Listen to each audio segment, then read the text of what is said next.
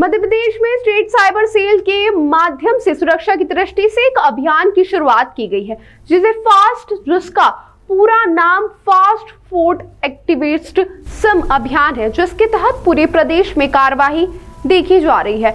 Additional DCP Rajesh ढंडोतिया के मुताबिक fast Ford activate termination नाम से पूरे प्रदेश में अभियान चलाया गया है, जिसमें फर्जी तरीके से जो सिम ली गई थी उन्हें टर्मिनेशन किया जा सके। एनसीआरबी पोर्टल में जो शिकायतें प्राप्त होती है, साइबर अपराधी साइबर अपराध करने के लिए जिन सिम का उपयोग करते हैं उन नंबरों को टर्मिनेशन करने का कार्य किया जा रहा है। और इसी के तहत रोशनी नामक महिला जो कि विजयनगर में रहती है, साथ ही राजकुमार नामक निवासी गौरीनगर के रहने वाले हैं, इन दोनों के नाम से सिम इशू हुई थी और अब इन्हें क्राइम ब्रांच के कार्यालय पर बुलाया गया तो उन्होंने कहा कि हमने किसी तरह की कोई सिम नहीं ली है और उनके फर्जी तरीके से दस्तावेजों का उपयोग कर सिम इशू करवा दी गई थी। जब पूरे मामले में आगे की जांच की तो पीयूसी की जांच की तो पता चला कि सिम ध्रुव एजेंसी से एजेंट धर्मेंद्र धाकड़ के द्वारा फर्जी दस्तावेजों के आधार पर उपलब्ध कराई गई और राहुल चौहान के द्वारा भी इस तरह का अपराध किया गया। 2 फरियादों की शिकायत पर पुलिस ने धोखाधड़ी आईटी एक्ट सहित टेलीकॉम संबंधित धाराओं में प्रकरण दर्ज कर जांच पड़ताल शुरू कर दी है। ये स्टेट साइबर सेल जो कि भोपाल से है, वहाँ से एक अभियान चलाया गया था मध्य प्रदेश में और सभी जिलों में जो इस तरह की जो ऑपरेशन फास्ट का नाम दिया गया था। फास्ट का मतलब है फॉर्ज एक्टिवेटेड सिम टर्मिनेशन। ऐसी सिम है जिनको कि गलत जो फॉर्ज तरीके से उनको एक्टिवेट कराया गया, उनको टर्मिनेशन कराया जाए।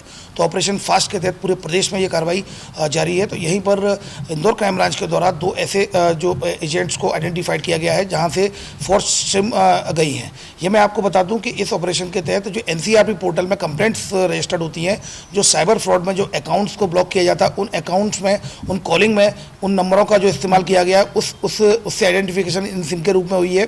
यहाँ पर 2 व्यक्तियों के नाम से सिम इशू हुई थी, एक रोशनी नाम से जो कि विजयनगर की रहने वाली है और दूसरा एक राजकुमार के नाम से जो कि गौरीनगर का रहने वाला। इन दोनों के नाम से सिम इशू हुई थी और इनसे फ्रॉड हुआ था। इनको ब्लॉक इनका जो एनसीआरबी पोर्टल पर साइबर फ्रॉड करने के लिए यूज किया गया था। जब इन दोनों को क्राइम ब्रांच थाने बुलाया गया तो दोनों के द्वारा ही बताया गया कि हमारे द्वारा कोई भी सिम एक्टिवेट नहीं की गई है, हमारे डॉक्यूमेंट्स में कोई फॉल्स सिम इस्तेमाल यूज कराई गई है। जब उनका पॉइंट ऑफ सेल्स देखा, हर जो सिम जहाँ से डिस्ट्रीब्यूट होती है उसका पॉइंट ऑफ सेल्स होता है, पीओएस चेक किया गया तो उसमें एक ध्रुव जो पॉइंट ऑफ सेल्स निकला, ध्रुव एजेंसी निकली जिसमें कि धर्मेंद्र धाकड़ के द्वारा एजेंट था, उसके द्वारा ये सिम इशू की गई थी।